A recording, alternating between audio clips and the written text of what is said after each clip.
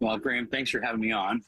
And I think that the Prime Minister maybe did his best to try to explain away what he's cooked up here with Premier Eby.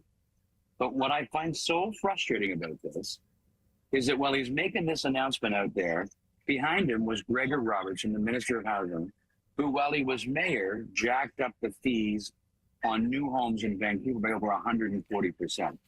We have said all along that government makes too much money, charges too much money on new homes to make them affordable for Canadians anymore. This is what we've been saying all along. In fact, this is what the developers have been saying all along as well. And what the developers really wanted to see was tax relief on the construction of new homes. And what they've come up with is a system that apparently nobody likes, including the Premier of BC, who's pointing at Prime Minister Carney, and now the Prime Minister is pointing at Premier Eby. And so nobody seems to want to take ownership of this. I guess we understand why. I think it's fair to say it was a botched rollout, to say the least. Are you saying that... It's a botched rollout of a botched idea. Yeah. It makes no sense at all. But are you saying that fees alone... First of all, who's to say that the developers are going to pass those on and lower prices? This is where I'm a bit skeptical that fees alone and taxes alone would have lowered prices during that high demand, peak demand. Tell me why you think I'm wrong. I'm assuming you think I'm wrong. Well, at a time when the demand is at zero, starts are declining across the country. Right. And people can't afford to buy homes. Builders aren't building. They aren't starting new projects, right? Right. And that just means that there are no new homes getting built. But it also means the industry itself is suffering, and all those good-paying jobs, they're laying people off. And so when nobody can afford to buy a home because they're too expensive, and in Vancouver, the Lower Mainland, the cost of government on every new home is north of 30%. It's like 40% is taxes, charges, fees, bureaucracy. That's a staggering sum of money. And if we were able to reduce that cash grab on new homes, trying to force new home owners to pay for things, then we could reduce the price of those units. We would start building again. Why do you think they haven't done that? They have done some things, right? They've done the GST credit. They say that some of their moves have helped. But they haven't, Graham. They haven't done the GST. They've done the GST credit for first-time home buyers. Right. But the industry has said over and over again that the first-time home buyer doesn't make up enough of the new home market to really move the needle. So now they've done the GST credit, sort of, in Ontario alone. They've done it in Ontario. So, and the way they've done that is by giving Ontario a check for $830 million to rebate the federal portion of the GST. And it's only for a year. And you don't think that's working? Because they've trumpeted the fact that that sales have picked up, that people are taking advantage of it. You don't buy that? Well, in Ontario, people are interested and they're keen and they're excited, but they're also waiting. Mm-hmm. They're waiting because these guys, once again, in classic Liberal fashion, made an announcement back in March with $1.713 billion, and this is what they were going to do in Ontario. And we're at the end of May, almost the end of June now, and they still haven't actually got it implemented yet. That uncertainty has actually made things worse. The starts are not up.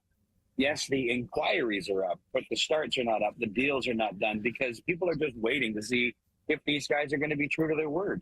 Uncertainty in the market is one of the absolute worst things you can do, and they are making it worse.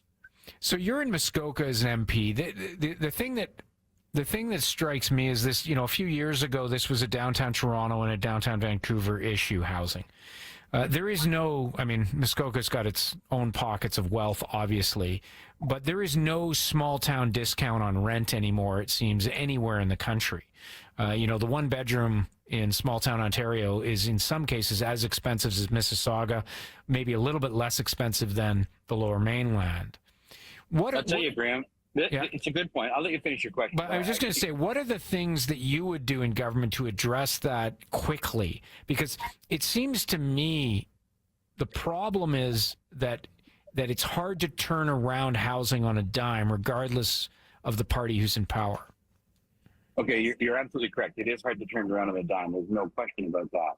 But I was just going to say that, when I was mayor of Huntsville, at the time when I was mayor, the top two priorities I had were saving our hospital and housing. The housing situation in small communities like Huntsville and rural communities across the country is dire as well. And I would say to people that as things happen in Toronto, so it affects the region, the smaller communities around. The prices went up dramatically in Huntsville as people were leaving Toronto because prices were too high. And so what happens in Toronto absolutely affects the areas around Toronto. Same thing with Vancouver and the Lower Mainland. And so one of the reasons I ran federally, frankly, is because I was sick and tired of a federal government that seemed to announce housing policies and housing programs and only did it for major cities. Small town Canada and rural Canada was getting ignored. But now we have a situation where the incredibly high fees, you got to keep in mind that in Toronto alone, on top of all the bureaucratic process, it can take you 6 years to get a piece of property zoned to build a residential building almost exactly the same as what is next door to it. It can take you 6 years, multiple studies, peer reviews, millions and millions of dollars.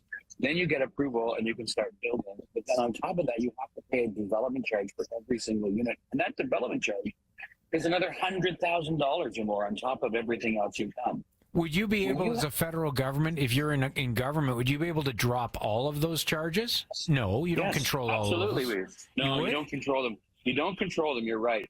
But here's the difference between conservative government do and what a liberal government has been doing. When you look at all their different programs, whether it's the Housing Accelerator Fund or the Infrastructure Fund or whatever it might be, it's always been, here's some money, please do better. Here's some more money, try to get more units built. Here's some more money, try to make the system faster. Well, because housing is provincial, right? But housing is not federal, right? It's provincial and it's municipal.